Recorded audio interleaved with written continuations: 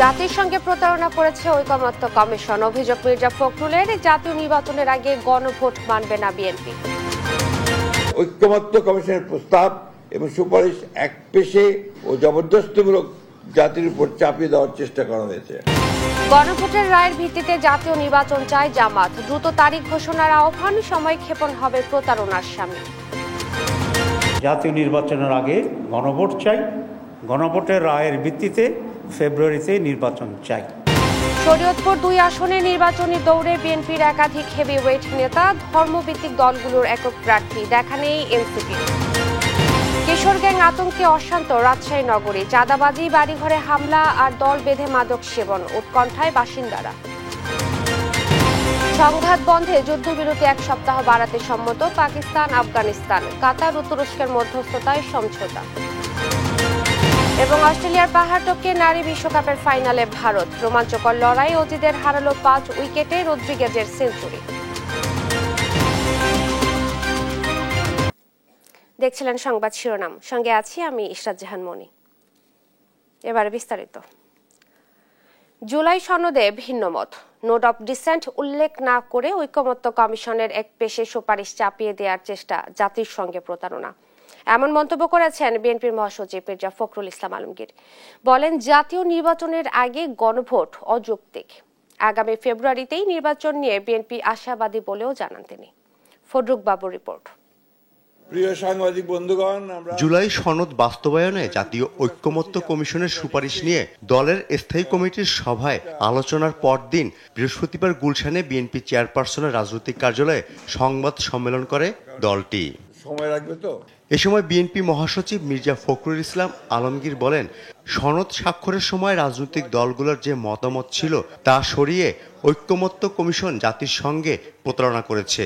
সেই সঙ্গে পরিবর্তিত এই সনদ জাতির উপর চাপিয়ে দেওয়ার অভিযোগও তোলেন তিনি। গত 17 অক্টোবর জাতীয় সংসদের দক্ষিণ প্লাজায় এক ঐতিহাসিক অনুষ্ঠানের মধ্য দিয়ে আমরা কেবলমাত্র আলোচনার মাধ্যমে প্রণীত সনদের অঙ্গীকারনামায় স্বাক্ষর করেছি, কিন্তু উক্ত দিন জুলাই সনদের চূড়ান্ত কপি আমাদের সামনে উপস্থাপন করা হয়নি।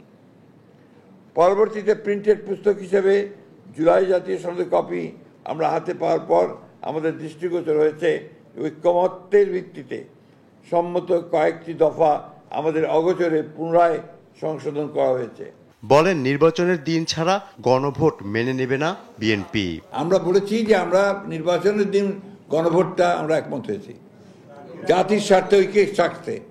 এর বাইরে আমরা কোনোদিনই একমত হব না। এদিকে জুলাই সনদ বাস্তবায়নে আদেশ জারির এখতিয়ার অন্তর্বর্তী সরকারের নেই বলেও জানায় বিএনপি, যার ক্ষমতা শুধু রাষ্ট্রপতির রয়েছে। জুলাই জাতীয় সনদ যেটা ছাপা বই হয়েছে, বইটা ছাপা হয়েছে যেটা আর কি, সেখানেও আপনারা দেখবেন লেখা আছে যে এই বিষয়ে ভিন্ন মত প্রকাশ করা হয়েছে বা নোট অফ ডিসেন্ট দেওয়া হয়েছে।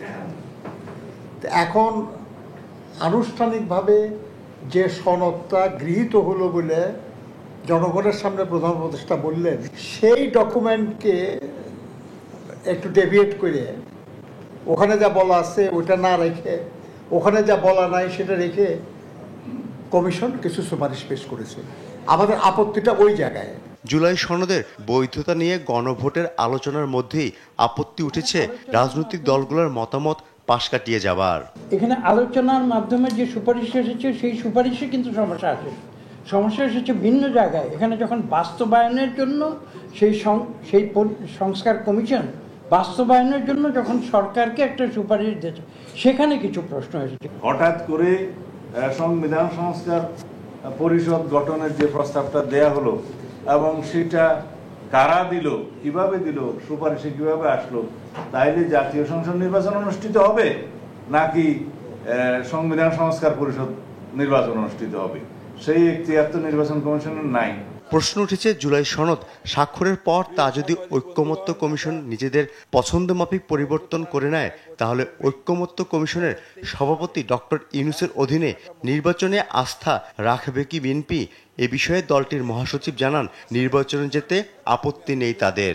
আমাদের যে বক্তব্যটা দিচ্ছি এটা আমাদের আমরা আমাদের দলের পক্ষ থেকে দিচ্ছি, মানে সুপারিশ যেটা এসছে আপনার সে সুপারিশ, এটা হচ্ছে সুপারিশ।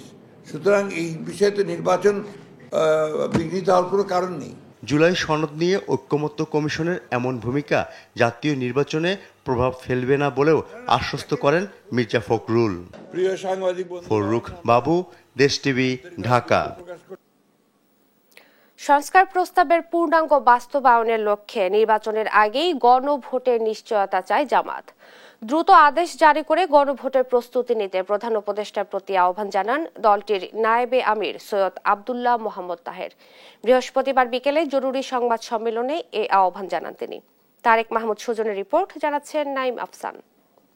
আসসালামু আলাইকুম। বৃহস্পতিবার বিকেলে রাজধানীর মগবাজারে আল ফালাহ মিলনায়তনে সমসাময়িক রাজনৈতিক ইস্যুতে জরুরি সংবাদ সম্মেলন করে জামায়াত। এ সময় দলের নায়েবে আমির সৈয়দ আব্দুল্লাহ মোহাম্মদ তাহের বলেন, ফেব্রুয়ারিতেই জাতীয় নির্বাচন চান তারা। তবে সংস্কার প্রস্তাবের পূর্ণাঙ্গ বাস্তবায়নের লক্ষ্যে নির্বাচনের আগেই গণভোটে নিশ্চয়তা দিতে হবে।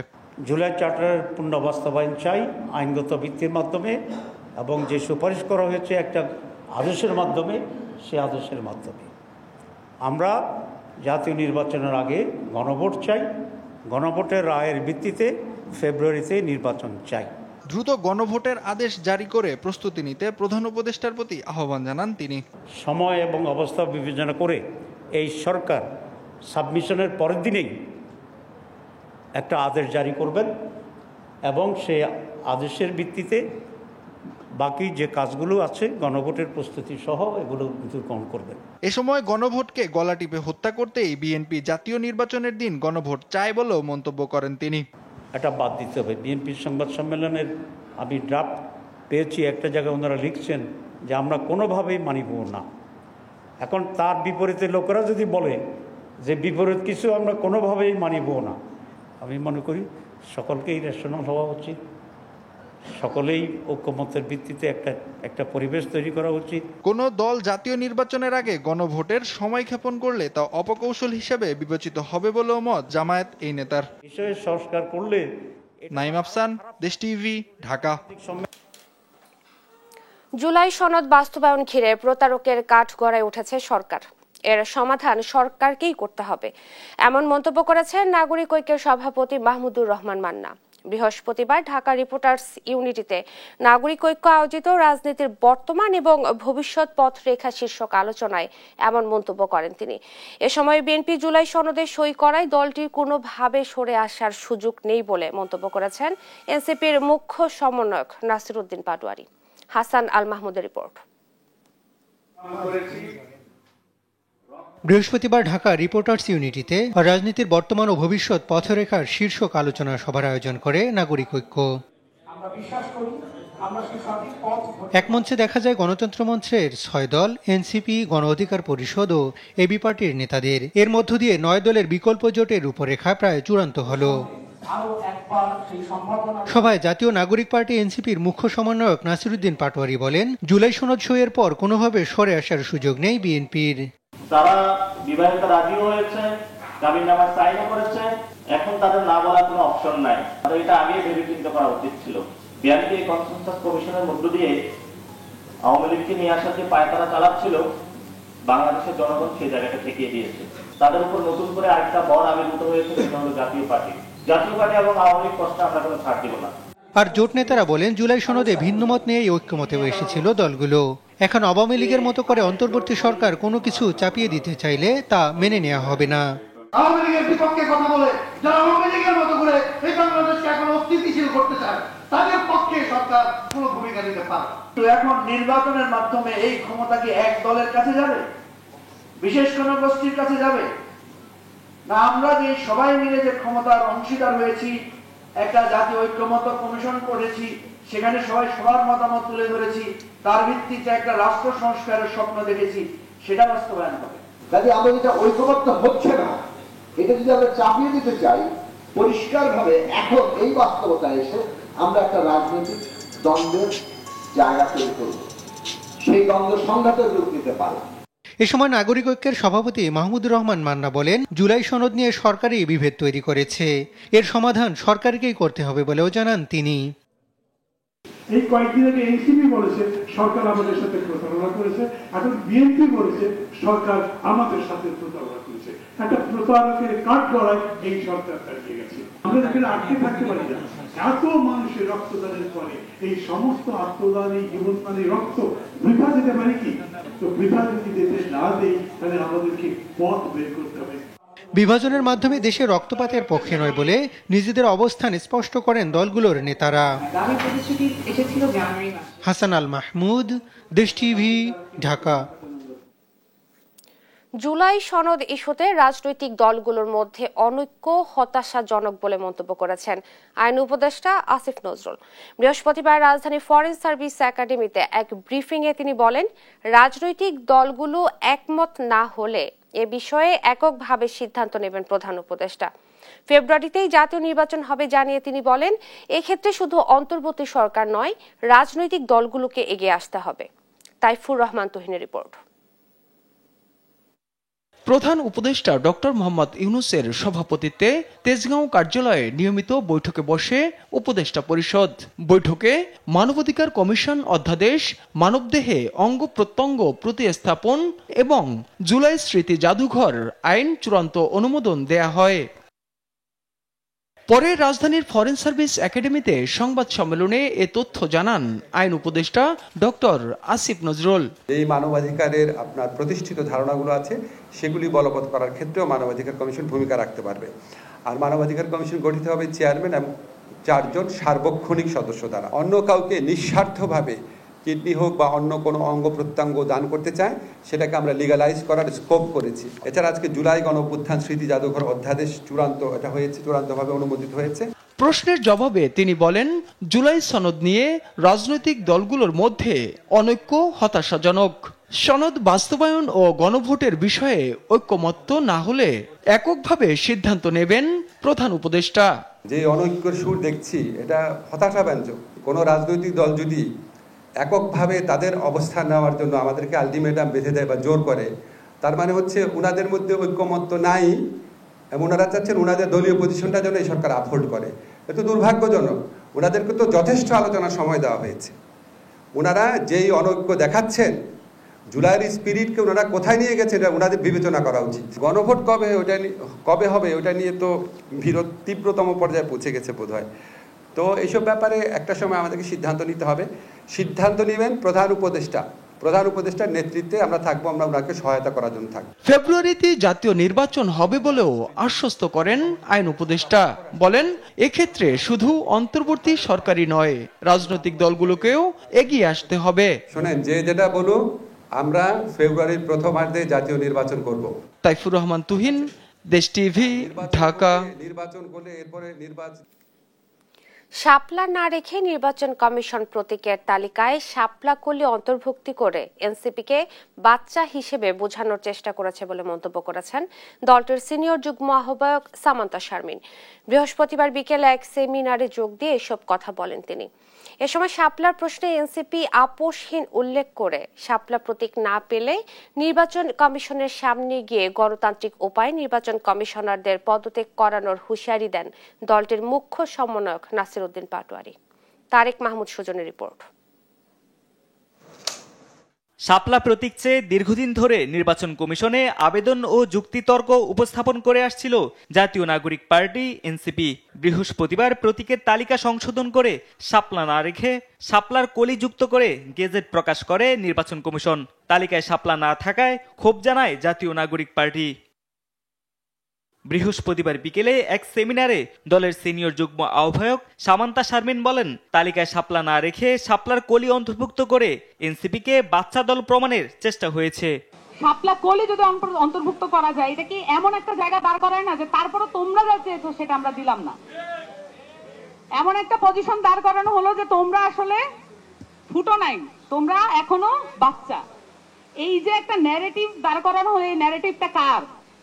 এটা তো বড় রাজনৈতিক দলগুলোর ন্যারেটিভ। এ সময় নির্বাচন কমিশন পুনর্গঠনের আগ পর্যন্ত দেশে সুষ্ঠু নির্বাচন সম্ভব নয় বলে মন্তব্য করেন তিনি। তারা কেন এই ধরনের একটা প্রতারণামূলক অবস্থান নিলেন? এই নির্বাচন কমিশন পুনর্গঠন করার আগ পর্যন্ত বাংলাদেশে একটা সুষ্ঠু নির্বাচন করা সম্ভব না। একই সেমিনারে শাপলার প্রশ্নে এনসিপি আপোষহীন বলে জানান দলটির মুখ্য সমন্বয়ক নাসির উদ্দিন পাটোয়ারি। শাপলা প্রতীক না পেলে গণতান্ত্রিক উপায়ে নির্বাচন কমিশনারদের পদত্যাগ করানো হবে বলেও হুঁশিয়ারি দেন তিনি।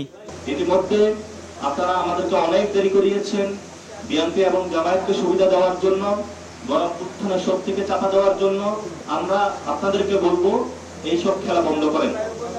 যদি এইসব খেলা বন্ধ না করতে পারেন তাহলে হয়তো আমরা ইলেকশন কমিশনের সামনে গিয়ে গণতান্ত্রিক পদ্ধতিতে আমাদের প্রটেস্টের মাধ্যমে আপনাদের পদত্যাগ করাতেও আমরা বাধ্য হব। এ সময় দ্রুত জনগণের সামনে জুলাই সনদের আইনি ভিত্তির আদেশ জারি করতে প্রধান উপদেষ্টার প্রতি আহ্বানও জানান তিনি। অতি সত্বর জুলাই সনদের আইনি ভিত্তির আদেশ জারি করতে হবে। তারেক মাহমুদ সুজন, দেশ টিভি, ঢাকা।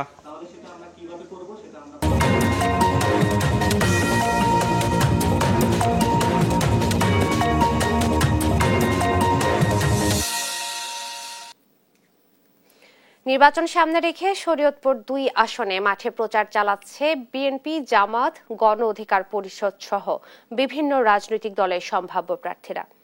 এ আসনে ইসলামী দলগুলোর একক প্রার্থী থাকলেও বিএনপির রয়েছে হেভিওয়েট একাধিক সম্ভাব্য প্রার্থী। তারা জনগণের মন জয়ে দিচ্ছে নানা প্রতিশ্রুতি। ভোটারদের চাওয়া অবাধ ও সুষ্ঠু নির্বাচন। সাইফুল ইসলাম আকাশের রিপোর্ট, জানাচ্ছেন জুবাইর আহমেদ। শরীয়তপুরের নড়িয়া ও ভেদেরগঞ্জ উপজেলা নিয়ে শরীয়তপুর ২ আসন নির্বাচন সামনে রেখে এই আসনে তৎপরতা চালাচ্ছেন বিএনপির ৪ মনোনয়ন প্রত্যাশী। জোর প্রচার চালাচ্ছেন সাবেক সংসদ সদস্য ও জেলা বিএনপির সভাপতি শফিকুর রহমান কিরণ, কৃষক দলের সহসভাপতি অবসরপ্রাপ্ত কর্নেল SM ফয়সাল ও বিএনপির নির্বাহী কমিটির সদস্য মহিউদ্দিন ঝিন্টু আহমেদ এবং জেলা বিএনপির সহসভাপতি মুস্তাফিজুর রহমান বাচ্চু সরকার। নড়িয়া সখীপুরকে প্রায়োরিটি বেসিস কিছু রাস্তা, স্কুল, কলেজ, মসজিদ, মাদ্রাসা এবং নড়িয়া সখীপুরের পদ্মা ভাঙনের পার্মানেন্ট সলিউশন করার পরিকল্পনা আমাদের আছে। আমাদের গর্ব যারা প্রবাসী হিসেবে থাকে, যারা রেমিটেন্সের যোদ্ধা আর কি, ওদের জন্য আমাদের অনেক কিছু করার আছে, সেই জিনিসটা আমরা ইনশাআল্লাহ করব। এদিকে একক মনোনয়ন দিয়েছে ইসলামী দলগুলো। জামায়াতের প্রার্থী ডাক্তার মাহমুদ হোসেন, খেলাফত মজলিসের হাফেজ দবির উদ্দিন এবং ইসলামী আন্দোলনের মুফতি ইমরান হোসাইন। এদিকে গণ অধিকার পরিষদ থেকে নির্বাচনে লড়তে পারেন দলটির কেন্দ্রীয় সাংগঠনিক সম্পাদক আক্তারুজ্জামান সম্রাট। তবে জাতীয় নাগরিক কমিটি NCPর কোনো প্রার্থীর দেখা মেলেনি। আমাদের এখানে নড়িয়া ব্রিজটা বেশ কয়েকবার টেন্ডার হওয়ার পরও বিগত সময়ে কাজটি হয়ে ওঠেনি। আমার মনে হয় আমার জন্য প্রধান কাজ হবে এই ব্রিজটা সম্পন্ন করা। এ আসনে প্রবাসীদের রেমিটেন্স দেশের অর্থনীতিতে গুরুত্বপূর্ণ ভূমিকা রাখলেও তাদের জন্য নেওয়া হয়নি কার্যকর কোনো পদক্ষেপ। দীর্ঘ ৯ বছরেও শেষ হয়নি গোলাম মাওলা সেতুর নির্মাণ কাজ। অন্যদিকে মামলা জটিলতায় নির্মাণ শেষের ১ বছরেও চালু হয়নি নড়িয়া স্বাস্থ্য কমপ্লেক্স। এসব সমস্যার মধ্যেও ভোটারদের প্রত্যাশা আগামী নির্বাচন হবে অবাধ ও শান্তিপূর্ণ। নড়িয়াতে যাতে প্রবাসী যারা আছে তাদের স্কিল বৃদ্ধি করার জন্য একটা ট্রেনিং সেন্টার। স্বচ্ছ রাজনীতিবিদকে আমরা ভোট দিতে চাই, যারা তরুণদেরকে মূল্যায়ন করবে এবং আমাদের নিরাপত্তা নিশ্চিত করবে। আমরা এমন একজন নেতৃত্বকে দেখতে চাই। এদেশের সাধারণ মানুষ, নতুন প্রজন্ম ভোট কেন্দ্র থেকে বিচ্ছিন্ন হয়ে পড়েছিল। তরুণ প্রজন্মকে নিশ্চিত করতে হবে যে আমার মতের প্রতিফলন ভোটের মাধ্যমে সম্ভব হবে। শরীয়তপুর ২ আসনে মোট ভোটার ৪,৮৩,০৬৫ জন। জুবাইর আহমদ, নিউজ ডেস্ক, দেশ টিভি। সরবরাহ ভালো থাকায় সাতক্ষীরার বাজারে রুই, কাতলা, মৃগেল সহ প্রায় সব ধরনের মাছের দাম কেজিতে কমেছে ১০ থেকে ২০ টাকা পর্যন্ত। এ নিয়ে আরো জানাতে সরাসরি যুক্ত হচ্ছেন সহকর্মী শরীফুল্লাহ কায়সার সুমন। সুমন, আপনি তো বাজারে রয়েছেন, দাম নিয়ে কি বলছেন ক্রেতা বিক্রেতারা, জানাবেন। ইশরাত, মাছের জেলা সাতক্ষীরা আমি যেখানে রয়েছি এটা কিন্তু আসলে সাধারণ ক্রেতাদের জায়গা নয়, এটি হচ্ছে পাইকারি বিক্রি হচ্ছে, যে কারণে এখানে হচ্ছে একেবারে মাছ চাষি এবং বিক্রেতা এখানে তারাই রয়েছে। তো এখানে আজকে সকাল থেকে আমরা যেটি দেখতে পাচ্ছি এটি হচ্ছে আঞ্চলিক ভাষায় যেটিকে বলে মাছের খেটি দেওয়ার সময়, অর্থাৎ এই সময়টি মাছ ধরা হয়। এই মৌসুমটাতে আস্তে আস্তে কিন্তু মাছ কমতে আসতে শুরু করবে। আজকে সাতক্ষীরার যে মাছের বাজার দর সেটি কিন্তু আসলে প্রকারান্তরে 10-20 টাকা থেকে শুরু করে অনেক মাছ সরবরাহ হচ্ছে এবং যার ফলে 10-20 টাকা থেকে অনেক টাকাই মাছের দাম কমে আসছে। আজকে সরবরাহ হচ্ছে বহু রকমের মাছ, যদিও ঘেরের মাছটি ঘেরের যে লোনা পানির মাছ সেটি কিন্তু কম, স্বাদু পানির মাছটি আজকে বেশি দেখা যাচ্ছে। তাতে যেটি দেখা যাচ্ছে 250 টাকার যে রুই ছিল সে রুইটি কমে 200 টাকা থেকেই শুরু হয়েছে। মৃগেল মাছ 200 টাকা যেটি ছিল 160 টাকায় চলে এসেছে। কাতলা 250 টাকা যেটি ছিল 200 থেকে 230 টাকায় পাওয়া যাচ্ছে। যেটি হচ্ছে জাপানি পুঁটি বা পুঁটি বলা হয়, সেটি হচ্ছে রঙিন মাছ, সেটি 200 থেকে 150 টাকা পাওয়া যাচ্ছে। ট্যাবলেট 200 টাকারটা 150 টাকা পাওয়া যাচ্ছে। গ্লাস কাপ 170 থেকে 220। গলদা চিংড়ি 700 টাকা থেকে 1100-1200 টাকা পর্যন্ত পাওয়া যাচ্ছে। তেলাপিয়া 120 থেকে 150 টাকা পাওয়া যাচ্ছে। এর মধ্যে ভেটকি এসেছে, লোনা পানির মাছ, ঘেরে চাষাবাদ হয়, সেটি কিন্তু 600-700 টাকা থেকে 1000 টাকা প্রকারভেদে পাওয়া যাচ্ছে। চিংড়িও এসেছে, আপনি দেখতে পাচ্ছেন বিপুল মাছের সরবরাহ। পাইকারি মাছের বাজার জুড়েই কিন্তু শুধু মাছ আর মাছ, এবং এই মাছ কিন্তু যত বেলা গড়াচ্ছে তত আস্তে আস্তে আরো কমতে শুরু করেছে। এটি আসলে যখন বাজারে যাবে নিশ্চয়ই বাজারের ক্রেতা সাধারণরা এক ধরনের স্বস্তি পাবে। আমি রয়েছি, এটি হচ্ছে সাতক্ষীরা শহরের বাইপাসের যে মাছের বাজার, এই মাছের বাজারে সাতক্ষীরার অন্যান্য বড় বাজার এবং বিনের পোতা মাছের বাজারের যে কাটা পাইকারি যে বাজার দর রয়েছে সেই বাজার দরের মতো এখানেও কিন্তু মাছ চাষিরা কিন্তু এখানে পাইকারি দরে মাছ বিক্রি করে থাকে এবং সেই মাছ পাইকারি বিক্রেতারা ছোট বাজারগুলোতে এই মাছ সরবরাহ করে থাকে। ইশরাত, এই ছিল পাইকারি মাছের বাজারের যে সাতক্ষীরায় যে মাছের বাজারের দরদাম তার সর্বশেষ। ইশরাত, ধন্যবাদ আপনাকে। সাতক্ষীরা থেকে মাছের বাজার পরিস্থিতি জানাচ্ছিলেন সহকর্মী শরীফুল্লাহ কায়সার সুমন। শান্ত নগরী রাজশাহী হঠাৎ অশান্ত, কিশোর গ্যাং আতঙ্কে। চাঁদাবাজি, বাড়ি ঘরে হামলা, ছিনতাইয়ের পাশাপাশি সন্ধ্যা হলেই দল বেঁধে চলে মাদক সেবন। নগরবাসী বলছে কিশোর গ্যাংয়ের আতঙ্কে দিশেহারা তারা। যদিও পুলিশের দাবি মামলা না হওয়ায় ব্যবস্থা নেওয়া যাচ্ছে না। কাজী শাহেদের প্রতিবেদন। রাজশাহী মহানগরীর মেহেরচণ্ডী এলাকার সরকারি কর্মকর্তা নুরুল ইসলামের বাড়িতে হামলা কিশোর গ্যাং সদস্যদের। রাজপাড়া থানা এলাকায় দিনে দুপুরে মোটরসাইকেল থামিয়ে করা হচ্ছে ছিনতাই। নগরীর মেহেরচণ্ডী এলাকায় চলছে মাদক সেবন। হারহামেশাই ঘটছে এমন ঘটনা। বেড়েছে কিশোর গ্যাংয়ের তাণ্ডব। চাঁদাবাজি, বাড়িঘরে হামলা, ছিনতাই, দল বেঁধে মাদক সেবন, শোডাউন দিয়ে আতঙ্ক ছড়ানো সবই চলছে প্রকাশ্যে। প্রায় 50 থেকে 100 ছেলেগুলো এসে আমার বাসা ভাঙচুর করে। আমার নিচে বিধবা এক মহিলা ছোট বাচ্চা দুটো নিয়ে আসে, খাওয়ার বসছিল, থায় গ্লাস ভাঙে, আমার সিগারেট ভাঙে। নগরী জুড়ে চাঁদা না পেয়ে একাধিক বাড়িতে হামলার ঘটনা ঘটেছে। অভিযোগ উঠেছে এসব ঘটনায় জড়িত কিশোর গ্যাংয়ের সদস্যরা। এলাকাবাসী জানান, কিশোর গ্যাংয়ের ভয়ে উদ্বেগ উৎকণ্ঠায় তারা। রাজশাহী শহরে কিশোর গ্যাংয়ের যে উৎপাত, এই উৎপাতে জনসাধারণ এখানে আমরা প্রচন্ড উদ্বিগ্নর মধ্যে আছি। কিশোর গ্যাং এখন গেলে এই পাহাড়ের নিচে এরা একসাথে 15 জন মাদকাসক্তের সাথে জড়িত। টাকা না দিলে দেখা যাচ্ছে যে অত্যাচার, বাড়িঘর ভাঙচুর। কিশোর গ্যাংগুলো যদি নিয়ন্ত্রণে না আসে, ভবিষ্যতে প্রত্যেকটা মহল্লা বা প্রত্যেকটা এলাকাতে এইগুলো সমস্যা দেখা দেবে। ফেব্রুয়ারি মাসের 12 তারিখে আমাকে কিছু কিশোর গ্যাংয়ের লোকজন আমাকে হামলা করেছিল। পুলিশের দাবি, গোয়েন্দা সংস্থার মাধ্যমে তথ্য সংগ্রহ করে কিশোর গ্যাংয়ের বিরুদ্ধে ব্যবস্থা নেওয়া হচ্ছে। এছাড়া ভুক্তভোগীদের থানায় অভিযোগ দেওয়ার পরামর্শ মহানগর পুলিশের।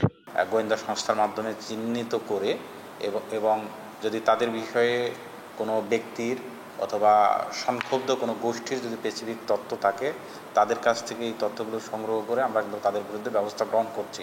সাম্প্রতিক সময়ে আইন শৃঙ্খলা বাহিনীর নিষ্ক্রিয়তা ও প্রভাবশালীদের আধিপত্য ধরে রাখার কৌশলে কিশোর গ্যাংয়ের অপরাধ বাড়ছে মনে করেন সচেতন নাগরিকরা।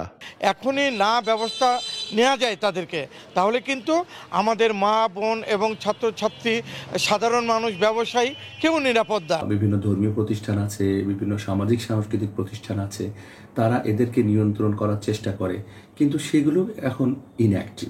শান্তির শহর হিসেবে পরিচিত রাজশাহীর অশান্তি দূর করতে কিশোর গ্যাংয়ের বিরুদ্ধে কঠোর ব্যবস্থা নেওয়ার দাবি সাধারণ মানুষের। কাজী শাহেদ, দেশ TV, Rajshahi. Kushtia civil surgeon কার্যালয়ের জনবল নিয়োগ পরীক্ষায় অনিয়ম নিয়ে দেশ টিভিতে সংবাদ প্রচারের পর নড়ে চড়ে বসেছে প্রশাসন। সিভিল সার্জন কার্যালয়ে অভিযান চালিয়েছে দুদক ও স্বাস্থ্য অধিদপ্তরের কর্মকর্তারা। জিজ্ঞাসাবাদ করা হয়েছে সিভিল সার্জন অফিসের কর্মকর্তা কর্মচারীদের। জব্দ করা হয়েছে বেশ কিছু নথিপত্র ও মোবাইল ফোন। প্রাথমিকভাবে নিয়োগ পরীক্ষায় অনিয়মের সত্যতা পেয়েছে দুদক। এ নিয়ে স্বাস্থ্য মন্ত্রণালয়ের পক্ষ থেকে গঠন করা হয়েছে 3 সদস্যের তদন্ত কমিটি। বিষয়গুলো খতিয়ে দেখে জড়িতদের বিরুদ্ধে ব্যবস্থা নেয়ার কথা জানান তারা। নাহিদ হাসান তিতাসের রিপোর্ট। একের পর এক বেরিয়ে আসছে কুষ্টিয়া সিভিল সার্জন কার্যালয়ের জনবল নিয়োগে অনিয়মের থলের বিড়াল। প্রশ্নফাঁস সহ নানা অনিয়মের সত্যতা মিলেছে দুদকের প্রাথমিক অনুসন্ধানে। সিভিল সার্জন অফিসের কর্মকর্তা কর্মচারীদের জিজ্ঞাসাবাদে মিলেছে অনিয়মের ভয়াবহ তথ্য। জব্দ করা হয়েছে বেশ কিছু নথিপত্র সহ তাদের মোবাইল ফোনও। এটার সত্যতা প্রাথমিকভাবে আমাদের কাছে প্রতীয়মান হয়েছে। প্রধান কার্যালয় থেকে অনুমোদন আসলে আমরা পরবর্তীতে আরও বিস্তারিত অনুসন্ধান করব এবং অনুসন্ধান শেষে সার্বিকভাবে নির্ধারণ করতে পারবো যে কোন পর্যায় থেকে কারা জড়িত। 15 থেকে 20 লাখ টাকা চুক্তিতে প্রশ্নপত্র প্রদান, পরীক্ষার আগের দিন রাতে বিভিন্ন বাসাবাড়িতে রেখে পরীক্ষার্থীদের সেই প্রশ্ন মুখস্থ করার ব্যবস্থা সহ নিয়োগ পরীক্ষায় নানা অনিয়ম নিয়ে দেশ টিভিতে সংবাদ প্রচারের পর পরীক্ষা বাতিল সহ জড়িতদের শাস্তির দাবিতে আন্দোলন করে আসছে ছাত্র জনতা। সিভিল সার্জন কার্যালয়ে তালা সহ নানা কর্মসূচি পালন করে আসছেন পরীক্ষার্থীরা। প্রশ্ন ফাঁস হয়েছে, এটা আপনারা জেনেছেন দুদকের মাধ্যমে যে এটা আসলে তথ্য সত্যতা নিশ্চিত করা হয়েছে। এখন পর্যন্ত আমরা থেমে যাইনি, সামনের দিনেও ইনশাল্লাহ থামবো না আনটিল বাংলাদেশে দুর্নীতি শেষ না হওয়া পর্যন্ত। এদিকে স্বাস্থ্য মন্ত্রণালয়ের পক্ষ থেকে গঠন করা হয়েছে 3 সদস্যের তদন্ত কমিটি। তাদের কাছেও মিলেছে নিয়োগ পরীক্ষায় নানা অনিয়ম ও অসঙ্গতি। বিষয়গুলো খতিয়ে দেখে জড়িতদের বিরুদ্ধে ব্যবস্থা নেওয়ার কথা জানান তারা। কারা এটা কম্পিউটার টাইপ করেছেন, কারা প্রিন্ট করেছেন, কোথায় প্রিন্ট হয়েছে, কতগুলো কোয়েশ্চেন সেট ছিল, এই জিনিসগুলো আমরা একটু দেখার চেষ্টা করতেছি। কিছু একটা আমরা গন্ধ পাচ্ছি। গত 24 অক্টোবর শুক্রবার কুষ্টিয়া সিভিল সার্জন কার্যালয়ের 115টি শূন্য পদের জনবল নিয়োগ পরীক্ষা অনুষ্ঠিত হয়। পরে বিতর্কের মুখে এই নিয়োগ কার্যক্রম সাময়িকভাবে স্থগিত করে নিয়োগ কমিটি। নাহিদ হাসান তিতাস, দেশ টিভি, কুষ্টিয়া। ছুটির দিনের বাজার পরিস্থিতি জানাতে এই মুহূর্তে রাজধানীর বাজার থেকে যুক্ত হচ্ছেন সহকর্মী তন্দ্রা তারুণ্য। তন্দ্রা, আপনার কাছে জানতে চাইবো যে বাজারে নিত্যপণ্যের সরবরাহ ও দরদাম কেমন দেখছেন? ধন্যবাদ ঈশাত আপনাকে। বাজারের দরদামের কথা যদি আমি বলি, আজকে যেহেতু ছুটির দিন সেক্ষেত্রে সকাল সকালে কিন্তু যারা ক্রেতা আছেন তারা কিন্তু সকাল সকালে বাজার করতে চলে এসেছেন। তবে তারা যেটি বলছেন যে আজকের দিনে কিন্তু যেহেতু বন্ধের দিন সেক্ষেত্রে অন্যান্য দিনের তুলনায় শাকসবজির দাম কিন্তু কিছুটা বেশি, এমনটা তারা বলছেন। এবং যেহেতু শীতকাল সামনে চলে এসেছে এবং মৌসুমি যে ফল থেকে শুরু করে শাকসবজি যেগুলো রয়েছে সেগুলোর কিন্তু আসলে দাম বেড়েছে। ফলের কথা যদি বলি সেগুলোরও কিন্তু আমরা দেখতে পেয়েছি যে ওগুলোরও দাম বেড়েছে এবং পাশাপাশি শাকসবজির ক্ষেত্রেও একই অবস্থা রয়েছে। তবে মুরগির দামের ক্ষেত্রেও কিন্তু আজকে কিছুটা অবস্থা বলা যায় যে নাজেহাল রয়েছে। বিক্রেতারা আসলে বলছেন যে তারা আসলে বেশি দামে কিনে আনছেন দেখি তাদের আসলে অধিক দামে বিক্রি করতে হচ্ছে। অন্যদিকে ক্রেতারা কিন্তু বলছেন যে আসলে দাম যদি বাজার মনিটরিং করা হয় সেক্ষেত্রে আসলে দামটা হয়তো নিয়ন্ত্রণে আনা যাবে। তবে মৌসুমি যে শাকসবজি রয়েছে সেগুলোর দাম কিন্তু খুব বেশি এবং বাড়তি বলে তারা কিন্তু দাবি করছেন। আমরা একটু চেষ্টা করব কয়েকজনের সাথে একটু কথা বলার এবং জানতে চাওয়ার। ভাইয়া, একটু কথা বলা যাবে আপনার সাথে? আমি তো জানতে চাচ্ছিলাম যে আপনি তো কেনাকাটা করলেন, আসলে শাকসবজির দাম থেকে শুরু করে সবকিছুর দাম কেমন দেখছেন একটু আমাদেরকে জানাবেন, এবং দাম অধিক আসলে সেই ক্ষেত্রে আসলে কিভাবে বাজার করছেন একটু আমাদেরকে একটু জানাবেন। আচ্ছা, শাকসবজির দাম কিছুটা কম আগের চেয়ে আমার মনে হইলো, জানি না অনেকেই বলতেছে বেশি, কিন্তু ওই ব্যান্ডরের চেয়ে এখানে একটু দাম কম। যেহেতু লোকাল মাছের দামে কেমন তারতম্য দেখছেন গত সপ্তাহের থেকে এই সপ্তাহে? এই সপ্তাহে একটু বেশি, মাছের দাম একটু বেশি। রুই মাছ বড়গুলো 450 টাকা বলতেছে, কেউ 400 টাকা বলতেছে। ওটা ভ্যারি করে, ওজনের উপর বেসিস করে। ধন্যবাদ আপনাকে। যেমনটা বলছিলেন যে আসলে বাজার ভেদে তারতম্য রয়েছে এবং যারা খুচরা করে বিক্রি করছে শাকসবজি সেগুলোর দাম কিছুটা কম থাকলেও আসলে একদম বাজারের ভিতরের যে দোকানগুলো রয়েছে সেখানে আবার কিছুটা দাম বেশি, এমনটাই কিন্তু যারা ক্রেতা রয়েছেন তারা কিন্তু বলছেন। এবং যে শাকসবজিগুলো রয়েছে সেগুলোর দাম কিন্তু মোটামুটি সকলেই আসলে বলছেন যে কিছুটা বাড়তি রয়েছে, তবে ভ্যান থেকে কিনতে হলে তারা আসলে কিছুটা কম দামে কিনছেন। আমরা একটু চেষ্টা করবো একজন বিক্রেতার সাথে একটু কথা বলার এবং জানতে চাওয়ার যে আসলে এই যে জিনিসপত্রের দরদাম বাড়তি বা এইটার আসলে কারণটা কি, সেটা একটা আমরা জানার চেষ্টা করবো। ভাইয়া একটু জানতে চাই যে এই যে বাজারে আসলে শাকসবজির দাম অনেকে ক্রেতারা বলছেন যে আসলে বেশি, আসলে কেন বেশি একটু আমাদেরকে জানাবেন, বা আপনারা কেন বেশি দাম নিয়ে বিক্রি করছেন একটু আমাদেরকে জানাবেন। কাস্টমারের কাছে যদি 10 টাকা কেজি আসে, এর পরে কাস্টমার কইবে দাম বেশি। সিমের কেজি ছিল 200, এখন আছে 50 টাকা 60 টাকা সিম। মনে করেন যে পেঁপে বেশি 30 টাকা, উস্তে বেশি 60 টাকা, এর পরেও কাস্টমারের দাম মনে করেন যে বেশি লাগবে। কিছু কিছু মালের দাম বেশি অবশ্যই, যেমন মনে করেন যে টমেটো, এটা এলসি ইন্ডিয়ান, এগুলোর দাম বেশি। কয়টা? ধন্যবাদ আপনাকে। তো যেমনটা বলছিলেন যে আসলে কিছু কিছু সবজির দাম তারা বলছেন বেশি, এবং এছাড়া আমরা দেখেছি যে মাছের বাজারেও কিন্তু আমরা একই চিত্র দেখতে পাচ্ছি, সেখানেও কিন্তু আসলে দরদাম তারা বলছেন যে সেখানে কিন্তু আসলে দামগুলো বেশি।